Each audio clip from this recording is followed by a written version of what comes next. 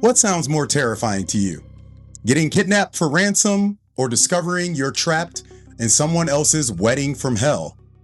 What's going on, everybody? I'm Travis, and this is The Final Cut, your daily pulse in horror.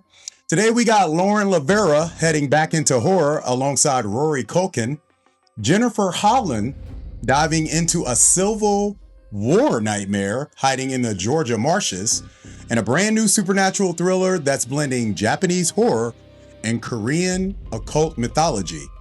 Let's get into it. Lauren LaVera is officially staying busy. Fresh off becoming one of horror's biggest modern scream queens through the Terrifier franchise, LaVera has signed on to star alongside Rory Culkin in Red Wedding, a new horror thriller currently filming in Alabama. The project comes from Josh Stolberg, one of the writers behind Jigsaw and Spiral, and the setup sounds like it starts as one movie before turning into something completely different. The story follows a teenager and her stepmother who are kidnapped as part of a ransom scheme. Sounds bad enough already, but then a mysterious bride and groom arrive and they start killing people one by one. That immediately pushes this thing from crime thriller territory straight into slasher territory. And honestly, that's the kind of genre mashup that can get my attention very fast. Lauren LaVera continues proving she's becoming one of the most sought after names in horror, while Rory has quietly built one of the strongest genre resumes in the business.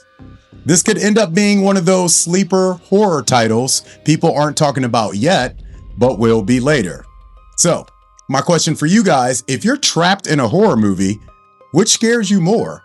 A masked slasher or a group of complete strangers with no explanation, which is essentially the strangers? Let me know your answers in the comments ahead. Finished my last horror game. Nothing left to play. Then I found Fanatical. Insane deals on games every day. Link in bio. Next up, we got a project that might have one of the most interesting setups of the week. Dave, Annabelle, and Jennifer Holland have signed on to star in Brine, not what I'm doing to the ribs over there, but a Civil War supernatural thriller from filmmaker B.J. Goldnick. The story follows a Confederate deserters fleeing the bombardment of Fort Pulaski, big shout out to Tennessee, while carrying stolen gold through the Georgia marshlands. Spent a lot of summers in Pulaski, Tennessee, which is terrifying. Already a dangerous situation, then they find what appears to be a safe plantation house. And you know how that goes in the horror. It isn't safe. The family soon discovers ancient forces hidden beneath the marshes, turning their search for survival into something much worse. What stands out to me isn't just the supernatural angle, it's the Southern Gothic atmosphere. We've seen haunted houses, we've seen cursed forests, but there's something uniquely creepy about isolated marshlands, forgotten history, and old secrets literally buried beneath the mud. If this movie leans into the atmosphere and the folklore the way it sounds like it wants to, Brine could become a really interesting addition to historical horror. So, my question for you guys, though, is what's creepier to you? Deep forests, open water, or isolated swamps? How about returning Confederate soldiers from the grave? I think that's also terrifying. But I don't know if that's what's going on in the movie, but I guess we'll find out.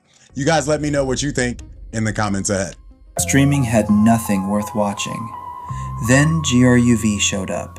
New Blu-rays, new steelbooks, physical media I actually own.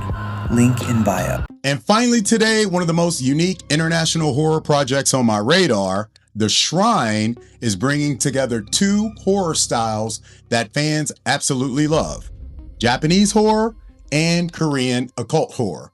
The film stars singer and actor Kim Jae-jong as a shaman investigating the disappearance of 3 university students who vanished after visiting an abandoned shrine in Kobe, Japan.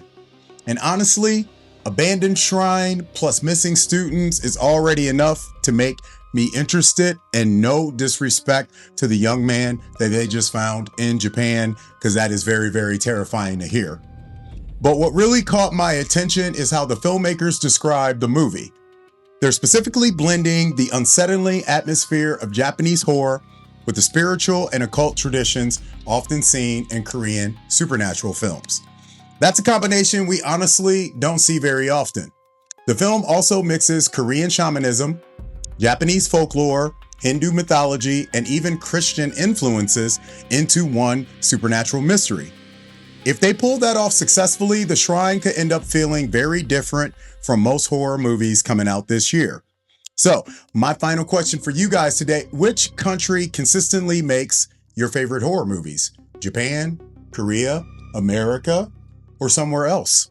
Let us know your answers in the comments ahead. Look, everybody knows how much I love J-horror, Korean horror, Taiwanese and Vietnamese horror, but I equally love Italian and French horror just as much. And I will always be a fan of anything made well from America that's not stolen from somebody else. That's my thoughts. You guys let me know. Today's take, right? Today's take. Boy, trying to hit some notes. One trend I'm noticing right now is that horror continues getting more global. A decade ago, most American audiences were waiting for remakes of international horror movies. Today, people are actively seeking them out. I've been seeking them for a long time. Whether it's Korean zombies, Japanese ghost stories, Indonesian folk horror, or supernatural thrillers from Southeast Asia, horror fans are becoming more adventurous than ever. And honestly, that makes the genre stronger. So, for that Spotify poll question today, which project are you most interested in? Red Wedding, Brine, The Shrine, or none of the above? And if you enjoyed today's episode, make sure you're following the Final Cut on Spotify, YouTube, Facebook, Instagram, TikTok, and of course over at hmuncut.com. That's the home for breaking horror news throughout the day. And if you're watching on YouTube, drop your answers to today's questions in the comments, because I'm genuinely curious where everybody lands on these topics. That's it for today's episode of The Final Cut, your daily post in horror. I'm Travis. Stay safe, stay weird. We'll be back tomorrow. More updates, more headlines, more news. Until then, you guys know the drill. Keep the lights on. Want real horror coverage? Horror Movies Uncut. Smartest reviews, best interviews, no fluff. hmuncut.com.